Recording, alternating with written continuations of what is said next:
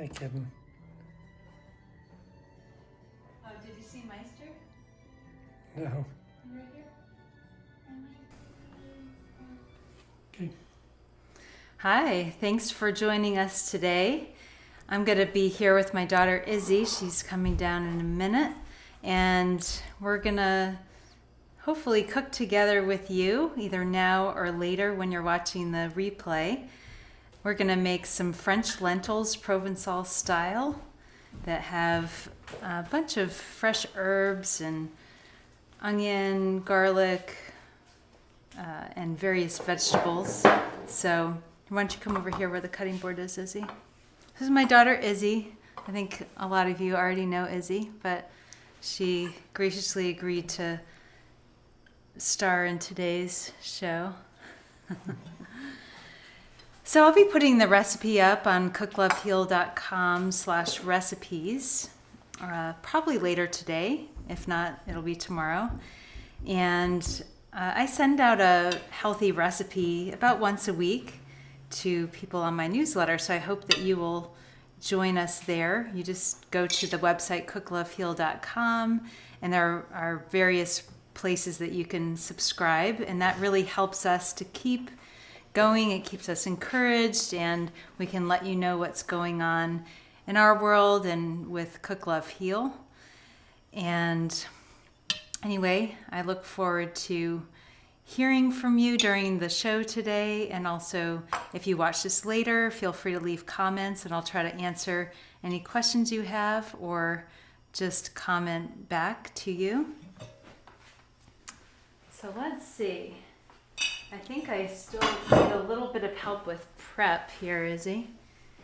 So I cut these carrots into smaller lengths so that they'd be easier to prep. So can you cut them lengthwise? Great. And then another time lengthwise. And then you can chop them into kind of a small dice. Kind of like that size, Izzy. And they can go in here afterwards.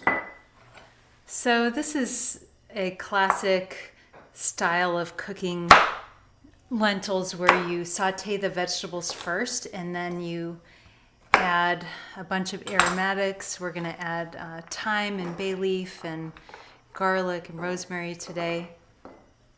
But what we're going to be doing is actually layering flavors in the dish by sauteing the vegetables first. So put some olive oil in here. If you are not vegetarian, you could try putting pancetta or bacon in the bottoms instead of starting with olive oil. You can start with that, and it adds a really nice smoky flavor to the dish. But today I'm using olive oil.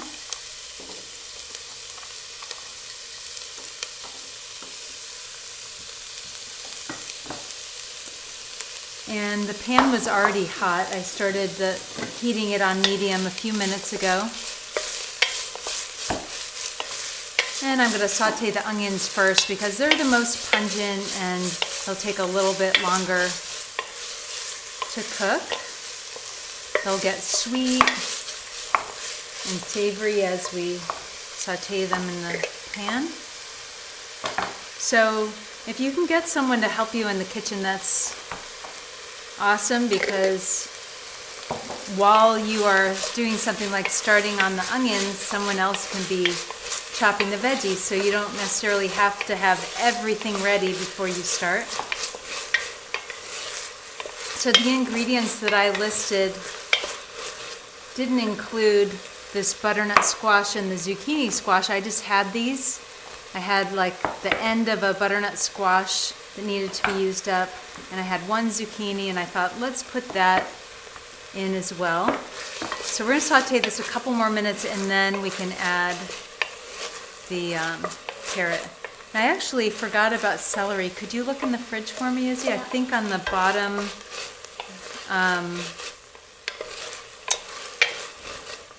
crisper, there's like celery hearts in a bag. I think they're in there. anyway, after the onions saute for a minute or two longer, then we'll add the carrots and the celery, and then we'll be adding the squash a little bit later. So I've been soaking these French lentils. I think sometimes they're called Dupuis lentils. They're greenish. They're a little bit darker green than other green lentils that are more brownish green. And they're smaller. Oh, thanks, Izzy. They take a little bit longer to cook than some other lentils. That's great. Let me wipe those off. You gonna rinse them? Okay. So because they take longer to cook, and in general I like to soak lentils before they cook, I did soak them ahead of time. I started these soaking maybe about 2 to 3 hours ago, but if you have about an hour to soak, that would probably be enough. And I just wanted to show you how to drain them. You can usually do that over the sink, but you could use this water to water the plants, water the house plants, or water the outdoor plants. Great. So why don't you cut those? Do you want to do them in slices or diced? Slices? Okay. So Izzy's going to cut those on the bias. It'll look really nice in here. In general, we have things kind of in small bite-sized pieces for this dish.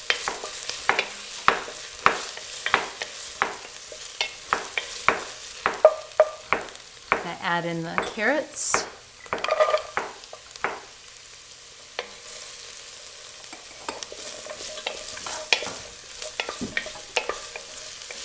And these are the vegetables that take the longest to cook, so that's why we're going to put them in first.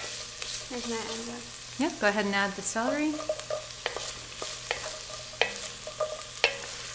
And this combination of vegetables we have in here is actually called mirepoix. M-I-R-E-P-O-I-X. It's a French word, and I looked this up once when I was going to be teaching a class where we were using mirepoix, and I expected it to be the translation of something like mixture, or mixture of three things, but it actually is named after a place that was named after the Duc de Mirepoix. So, Mirepoix was named after the Duc de Mirepoix, who is from a place in southwestern France called Mirepoix, and it is still in existence today, that village. And if you look it up on the internet and go to images, you'll see beautiful, really old medieval architecture. They had the buildings that are kind of raised above the street with canals in between, so probably because either water from nearby rivers or sewage or whatever they were having to have go through the streets, they didn't want that to flood the houses, and so they literally have these buildings that are raised above the street with canals underneath to catch the water. Anyway, you just have to look at the pictures. Really, really pretty. Doesn't why you're doing French stuff this month. Yeah. So this month I wanted to focus on French cooking. Number one, because I love French food, especially the healthy kind, more from southern France. Really resonates with me. Another reason is at this time of year we're getting all kinds of garden produce that's wonderful to use in French recipes. And then another reason is we were going to be in France right now, the first 2 weeks of June. It was going to be our first trip there. And Izzy's first time to Europe, my first time to Europe since my high school trip with my high school band when we went to Austria. So anyway, we were going to be there right now if it wasn't for COVID-19. And so I thought it'd be fun to focus on French recipes on my blog and on my subscription course that's called Cooking Together. And I may as well tell you about that right now while we're cooking the mirepoix. So Cooking Together is different from my regular newsletter. This is a special course that you subscribe for $10 a month or $99 for the whole year, and you get a weekly installment of an instructional video with a recipe, and the recipe is always seasonal, healthy, gluten-free, dairy-free, basically something that will inspire you to cook something new for yourself or for your family. Would you like to stir this for a little bit, Izzy? Let's put in squash. And so you get this instructional video and a recipe, and they're different from the ones that are on my blog. And there's a theme every month, and this month's theme is French cooking. And then you also get a tip that's either a health tip, sometimes I put exercises, sometimes I put a healthy snack or dessert. Sometimes the tip is a menu plan for a whole week with grocery lists. I did that one week. And sometimes the tip, let's see, one time I did it on how to grow fresh herbs. And then there's a weekly live session with me on Fridays. And if you can't attend in person, then you can, online, then you can watch the video later. I have all these materials archived in a single place in the Cooking Together subscription course. And so over time, it's like this growing library of recipes, videos, tips, and the live sessions that are archived also. So ideally, over time, I'm going to get a lot of suggestions from people in the subscription of things that they want to learn. And so when you join, I immediately ask, what are you wanting to learn about? Are there any foods or cuisines or health issues that you want to cook for? Just let me know. And I really want to tailor the course to the people that are in there. And it's always the case where something that interests you or will be interesting to somebody else too. So don't be shy in requesting things. Oh, so I put in 2 bay leaves and a piece of kombu. Oh, I thought that was plastic. It looked like rubbery plastic.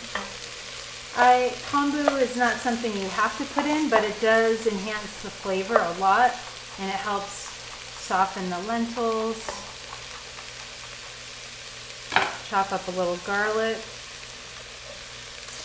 and let's put some rosemary in there too. It's chopped up enough. So now we've got all of our veggies: rosemary, garlic, bay leaf, a little kombu. Now you can either put in water or vegetable stock or chicken stock, your choice. And you could go ahead and make this into a soup if you want. This is going to be more of a lentil dish, and what I was thinking about when I was deciding what to make today, I was thinking about leftovers. I'm always thinking about how can we repurpose this another day for leftovers. And so I thought, well, instead of making it into a soup, which would actually be great for leftovers too, but if we want to have something a little different the second day, then we can take the lentil dish that isn't a soup and we can add maybe some fresh chopped tomatoes, like we have some cherry tomatoes right now from our garden and from a CSA box that we get. And you could put some fresh basil and basically eat it as a salad the next day. Drizzle it with a Dijon vinaigrette, which I have a recipe for on the blog. This is some fresh thyme. I'm just going to go ahead and put those sprigs right in there. They can just kind of rest on the top or just below the surface. And I'm just going to put enough broth just to cover the lentils so that they cook evenly. And then we're going to put the lid on. And you could do this in a pressure cooker or an Instant Pot. I oftentimes do that to speed it up a little bit. See, another thing I want to do is make some rice. I'm actually going to put some rice on to cook back here. So at this point, if you're making this at home, you may want to think about what you're going to serve the lentils with. It has a lot of vegetables in it, so you could serve it on its own, or you could serve it with bread that you have. What else might you want to put it with? Rice. Pasta, noodles, polenta. Goes well with all those things.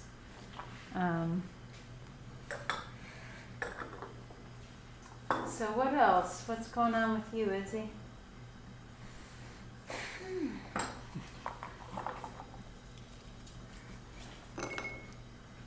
So tell us about your adventures making bread this summer. Most of them have been kind of fails. They've been edible but not great. Oh, we've had some really good ones. They haven't been their full. We haven't necessarily had the exact right ingredients for the recipes that we've had. You know, it's hard to find certain flours and things at the store right now. They're kind of just like flat most of the time. Yeah, and things are rising super fast because it's hot and we have a very quick rising yeast. We did have some adventures in sourdough. A few weeks ago I was trying to do injera bread, and that wasn't too successful either, but I was trying to make a sourdough starter for that, which took a whole week. So we had a lot of sourdough starter discard to deal with, so we tried making stuff with that. Not too successful, right? But I thought later today we would try to make something like French bread. And I have 2 TV show recommendations, by the way. Oh. So that 70s show, which has 8 seasons, I think. Right? And many, many episodes per season. That'll keep you busy. Hilarious. Ow. And then also Criminal Minds. I'm pretty sure there's 15 seasons. And what age range? Like your age would be the very youngest for that, right? Because it's scary. Yeah. Well, it's not scary really. Oh yeah. Okay. Has to do with serial killers and things. So not my kind of show, but Izzy's probably gonna someday be in the FBI or the CIA or something, because she's just figures things out. She notices things. Careful. She notices things that other people don't notice, little details. Tell them about this Parmesan cheese. Oh, this is the best Parmesan cheese ever. It's from Whole Foods. It's their Parmesan cheese. What is it called? Is it the Medica? It is It's raw. Parmigiano Reggiano. 24-month Age. raw milk. So. Yeah. Anyway, we've tried Parmesan cheese from different places, and that seems to be the best one that we found. Yeah, Parmigiano Reggiano, 24-month aged from raw cheese from Whole Foods. So,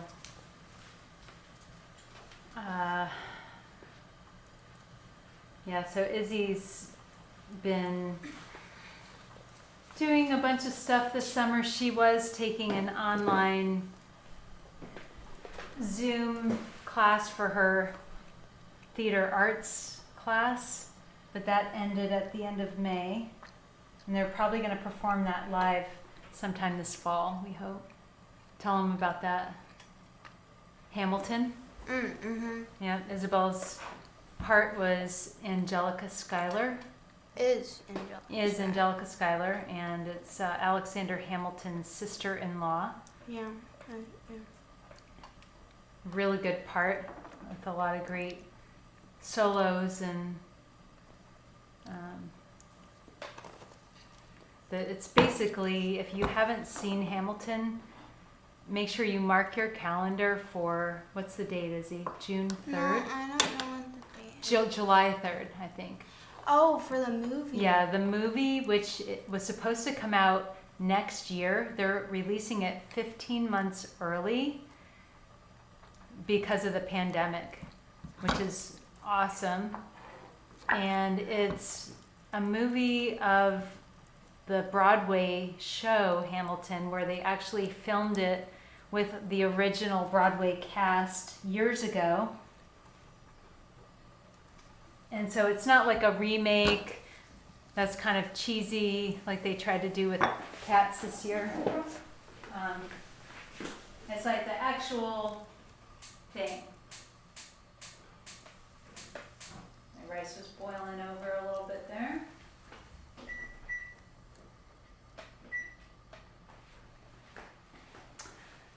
And so anyway, it's going to be on the Disney Channel, right? Yeah, so Disney you can, Plus you can online. You can get Disney Plus for a year free, I think. We got it through our Verizon phone subscription, but there's ways to get it, and it'd be well worth it, even if it's like a trial or get it for a month or something to see the Hamilton, and maybe listen to it on Spotify for a month before so you can learn the songs. You might want to look up the lyrics online, and when you listen to the songs, look at the lyrics, because some of the songs are rapped. Yeah, so and they're really fast. One of the songs, Guns and Ships, there's like a really fast part at the end, and I forget the person who's singing it, but he sang 19 words in 3 seconds for that part. That's so crazy. So. Yeah, so maybe sometime we'll record you doing that part of that song. It's just part of it. It is amazing, and I started listening to the book, the audiobook of Alexander Hamilton by Ron Chernow after learning about this musical, because I got so inspired to learn more about Alexander Hamilton, and it is so worth reading that book, and it's amazing how accurate the musical is, how true it is to the biography of Alexander Hamilton, because that's where he got the material from. One summer, Lin-Manuel Miranda, is that his name? He read that whole book, and he got really inspired by it and said, you know what, Alexander Hamilton was like the original American hip-hopper. He literally could imagine if Hamilton were in today's day and age, he would be like speaking his mind. He's, very, he was an abolitionist, so, which was not in fashion in the 1700s. Almost all white families owned slaves until it started getting outlawed in different places, but it was definitely a status symbol to own slaves, and he was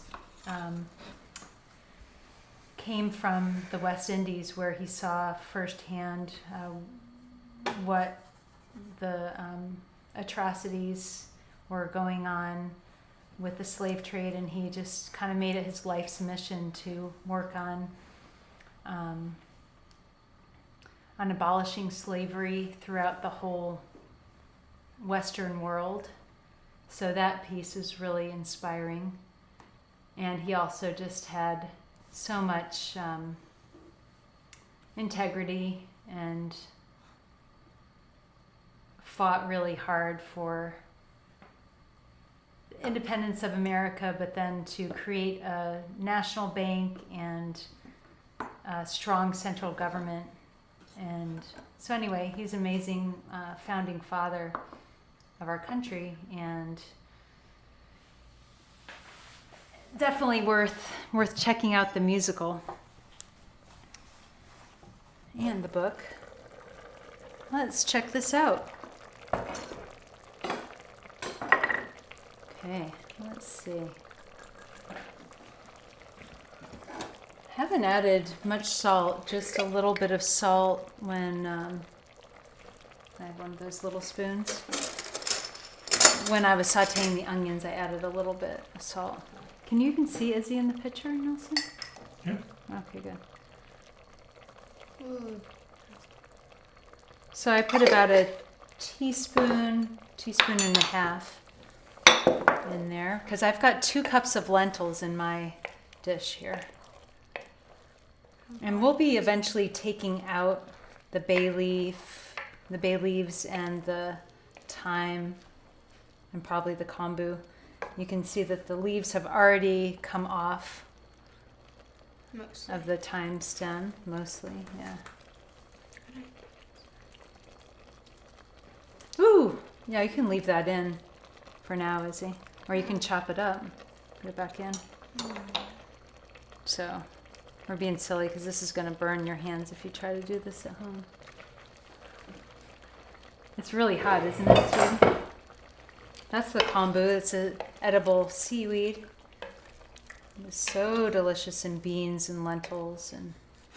I cut off the part I bet. Allie Weatherford is here, Hi, Allie. and Dave. Hi, Ava. And Daniel, if you're there too. Hi, Dave. They're all there, and they're cooking with you. Oh, So yay. we're a little behind, but it smells great. Fun. So I'm just going to try the lentils and see if they're soft enough. Usually I wait to salt the lentils until they're already soft, but I kind of forgot about that. It's okay. I like to cook the salt in for about 5 to 10 minutes after I put it in. Otherwise, you're pretty much salting the broth and not the actual lentils. But if you let it cook for about 5 or 10 minutes, then the salt will get into the lentils also.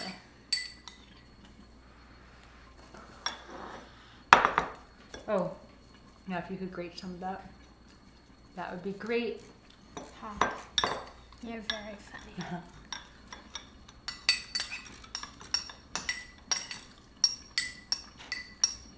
So I think they're getting close to being ready.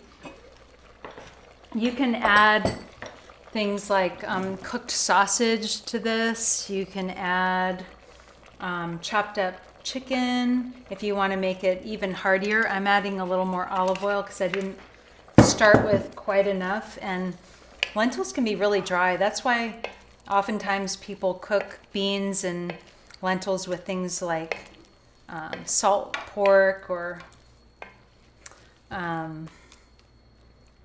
meat, sausage, and meats that have a lot of fat in it because they're super dry on their own. So I just added some more olive oil.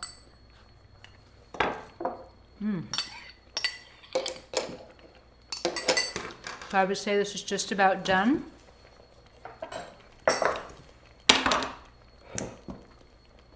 I have to be really careful chewing right now because I have something wrong with one of my teeth and I'm going to the dentist tomorrow to get it You are? fixed. Yeah. I think several months ago, I remember biting into something. I think it was an olive. I don't know if it was an olive or it might have even been a salt crystal. You know, when you grind salt and it didn't dissolve on the food, and I bit into it and it felt like I cracked my tooth. But I never felt anything after that day. but I bet you there's like a fine crack in the tooth and it started decaying or something. So I hope to God I don't need a root canal. That would be horrible. I hope it's just a cavity. It's a root canal. And they have to dig down into the deep part of the tooth. And that's just not good That's for happened you. to me, I think. It wasn't a root canal, but they did have to dig really far down into my tooth once. Luckily, it wasn't a permanent tooth, so they pulled the tooth. No, that happened recently. Oh, That hurt really bad. yeah. Because I had this really bad dentist, right? So what happens is I have this cavity because from a pill that they had given me, you couldn't brush out of your teeth. So my teeth start to rot, right? And then they drill too far into my tooth. So later, I have to get my tooth pulled from a different dentist, by the way. But that was a baby molar, thank God. That was. But then this dentist, I get another cavity, which is not their fault, by the way. However, they put a filling over my cavity or something like that. They put sealants on a tooth that had decay on it, so. Yep. So Now we're at I our have to dentist get number my- 3 or 4, which So is a really good now I dentist have now. to get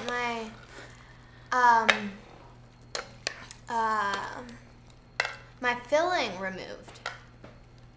And the cavity, keep in mind, is at like the bottom of my tooth or whatever now. So $10,000 later. Yeah. And a lot of Trips to the dentist. what's that numbing stuff called? Novocaine. Novocaine.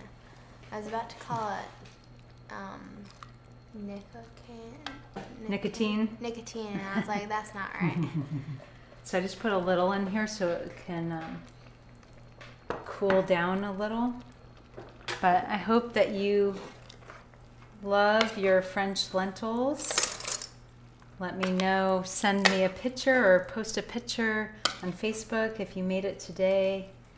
And we'll be posting the recipe for this if you didn't quite catch what we were doing during the video. I'll put it up there for you. By the way, getting your teeth pulled is not the worst experience ever. It's not. Because you're very happy the entire time.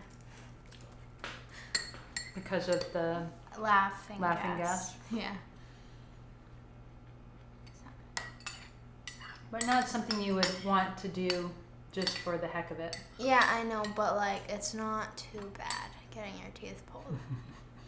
However, It's not like the olden days. I did see some pictures of me in the chair, and it was like scary because I had like a thing attached to me. You don't need to know. It's okay. Are you done? Well, I think this is ready to eat. Thank you so much for watching, and we hope to see you here next week on Wednesday at noon. I think I'm going to be having Tabitha Canarco from Conolio Olive Oils and Vinegars on with me next week, and you won't want to miss that because she's an expert on extra virgin olive oils and all kinds of vinegars, and she's just amazing. So hope you can tune in for that. So have a great rest of the week, and we'll see you soon.